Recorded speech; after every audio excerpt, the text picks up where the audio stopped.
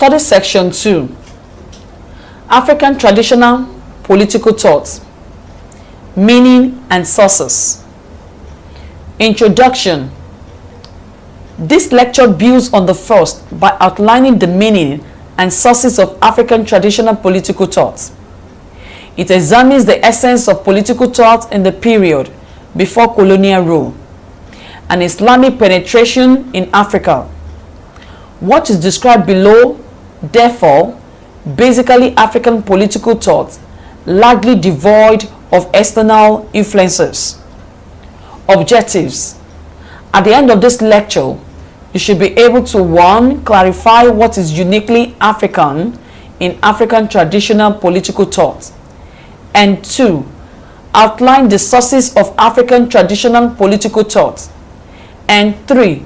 Acquired a good grasp of political thought indigenous to Africa and largely devoid of the external influences that crept in following Islamic penetration and colonial rule. Contents. Meaning and sources of African traditional political thought. African traditional political thought can be defined as that body of ideas on politics that is indigenous to African and has not been unduly tainted by influences that originated from outside Africa. For this reason, much of what makes up African traditional political thought is drawn from a period in African history predating the colonial period and the continent's contact with Islam. Since a major component of indigenous African political thought as divine ear has to be traced to the distant past, it is not surprising that a major source of traditional African world views about politics is to be found in oral history, oral traditions, folk, songs, proverbs, and songs. This is understandable since most African society in the past had not developed a writing culture and are therefore not documented in writing their worldviews and perspectives, not only on politics but also on other spheres of life as well.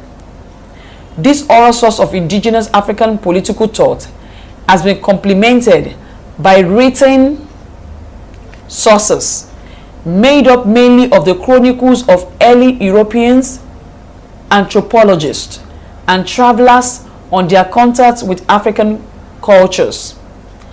I am sure you will agree with me, however, that the fact that we tend to depend more on oral sources in our reconstruction of indigenous African political thought of the past does not remove from the quality of the African worldview on politics in the distant past.